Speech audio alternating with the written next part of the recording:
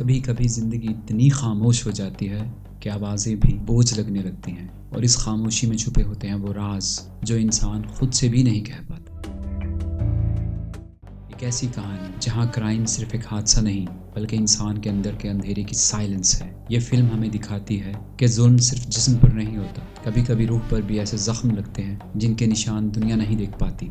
और यहीं से शुरू होती है एक इमोशनल, साइकोलॉजिकल और हॉन्टिंग जर्नी जहाँ इंसान और मुजरिम के बीच की लकीर मिट जाती है। पीस डाला, पीस दिया। कहानी शुरू होती है ग्वालियर के एक पुराने और खामोश मोहल्ले से, जहां शंभुनाथ मिश्रा एक रिटायर्ड टीचर के तौर पर अपनी बीवी मंजू के साथ जिंदगी गुजार रहा है। उनकी जिंदगी बज़ाहिर सिंपल लगती है, एक छोटा सा घर, थोड़ी सी पेंशन और बस 2 वक्त की रोटी। लेकिन इस सिंप्लिसिटी के पीछे छुपी है एक इमोशनल स्ट्रगल, गुर्बत, तन्हाई और बेटे की लापरवाही। बेटा अमेरिका में सेटल्ड है, कॉल्स भी कभी कभार ही करता है और पेरेंट्स की मुश्किलात से बिल्कुल डिस्कनेक्टेड। वही बेटा जिसको अमेरिका भिजवाने के लिए गरीब टीचर शंभुनाथ ने बहुत भारी कर्ज उठा रखा है। 3 दिन के अंदर तेरे पापा ने पैसे नहीं दिए तो हमारा घर चला जाएगा। क्या कह रहे हो? इन सब के दरमियान शंभुनाथ की जिंदगी में एक छोटी सी उम्मीद है, नैना, एक यंग स्टूडेंट लड़की जो अक्सर उसके पास पढ़ने आती है। एक मासूम शर्मीली लड़की जो शंभुनाथ को याद दिलाती है कि कभी वो एक रिस्पेक्टेड टीचर था जो बच्चों को सिर्फ पढ़ाना नहीं, जिंदगी जीना सिखाता था। मगर इस खामोशी के बीच दाखिल होता है प्रजापति पांडे। कौन है? एक लोकल लोन शार्क जो न सिर्फ शंभुनाथ पर फाइनेंशियल दबाव डालता है बल्कि उस लड़की पर भी अपनी गंदी नजरें रखता है। इधर आओ। क्या नाम है तुम्हारा? नैना। बहुत बढ़िया। पांडे का किरदार प्योर ईवल है। वो पैसों से नहीं, खौफ से हुकूमत करता है, लोगों की इज्जत, कमजोरी और अंदर के खौफ से खेलता है।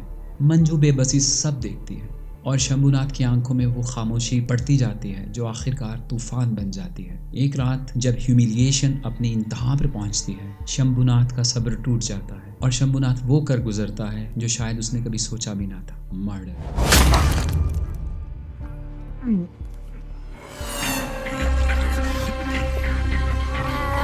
मगर कत्ल के बाद कहानी एक मॉरल डायलेमा में बदल जाती है। अब शंभुनाथ एक मुजरिम नहीं बल्कि एक ऐसा इंसान बन जाता है जो अपने जुर्म और अपने ज़मीर के बीच फंसा हुआ है।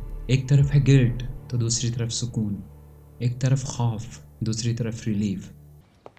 जब तक कार्यवाही पूरी ना हो जाए यहाँ से कोई बाहर नहीं जाएगा। जामे कुटुम समाए, समझ रहे हो? पुलिस इन्वेस्टिगेशन शुरू होती है, मगर हैरतअंगेज बात यह है कि शंभुनाथ खुद भी बचने की कोशिश नहीं करता बल्कि वो खुद पुलिस स्टेशन में सरेंडर करने के लिए जाता है। मगर पुलिस ऑफिसर उसका मजाक उड़ाते हुए उसे भगा देता है। क्या कहानी घड़ी है जामे कुटुम समाए?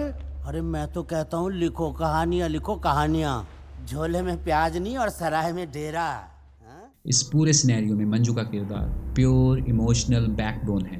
वो अपने शौहर के साथ खड़ी भी है मगर उसके चेहरे पर हमेशा खामोश खौफ है।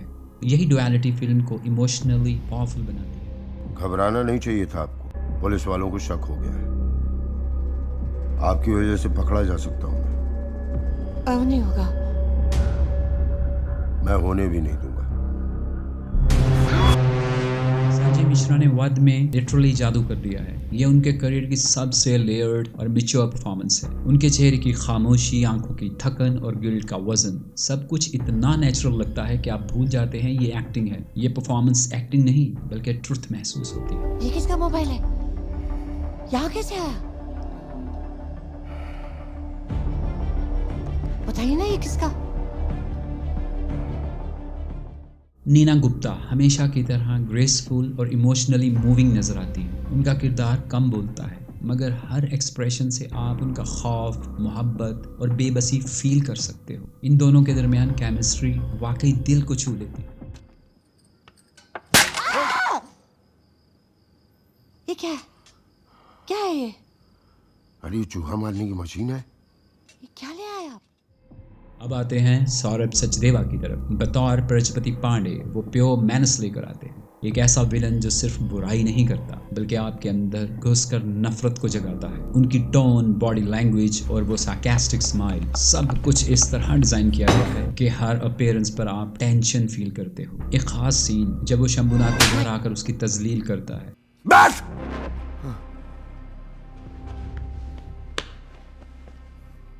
जब वो मरता है तो शॉक नहीं लगता बल्कि रिलीफ मिलता है, और यही good writing plus good acting का कमाल है। जसपाल सिंह संधू और राजीव बानवाल ने इस फिल्म को एक स्लो बर्न साइकोलॉजिकल टोन में बनाया है। लाइटिंग डार्क है मगर हर फ्रेम मीनिंग रखता है। बैकग्राउंड स्कोर कभी लाउड नहीं होता बल्कि दबे कदमों तुम्हारे दिल पर असर छोड़ता है। कुछ सीन्स ऐसे हैं जहां कैमरा खुद एक साइलेंट ऑब्जर्वर लगता है, जैसे वो भी शंभुनाथ के ज़मीर का हिस्सा। टिपिकल क्राइम थ्रिलर नहीं, ये एक साइलेंट स्क्रीम है जो इंसान के अंदर दबी रहती है। ये फिल्म स्लो जरूर है मगर जब खत्म होती है तो एक लंबे वक्त तक तुम्हारे जहन में गूंजती रहती है। अगर तुम्हें साइकोलॉजिकल इंटेंसिटी, मॉरल कॉन्फ्लिक्ट और कैरेक्टर डेप्थ पसंद है तो ये फिल्म तुम्हें अंदर तक हिला देगी। अब बात करते हैं इस फिल्म की रेटिंग के लिए। इस फिल्म की स्टोरी के लिए 8.5 आउट ऑफ 10, इस फिल्म की डायरेक्शन के लिए 8 आउट ऑफ 10, परफॉर्मेंसेस के लिए 9.5 out of 10, cinematography and music 7 out of 10। So it's overall impact like 8.5 out of 10। वद एक slow yet powerful cinematic experience है जहां खामोशी भी बोलती है और गुनाह भी महसूस होता है। अगर आपको ये रिव्यू पसंद आया हो तो वीडियो को लाइक करना और कमेंट करके अपनी राय ज़रूर देना, और सब्सक्राइब करना ना भूलना, क्योंकि इस चैनल पर आपको मिलेंगे ऐसे ही सिनेमैटिक और थॉट प्रोवोकिंग मूवी रिव्यूज़ जहां हम फिल्मों को सिर्फ देखते नहीं महसूस करते हैं। So stay tuned and keep watching cinema through my eyes. अल्लाह हाफिज़।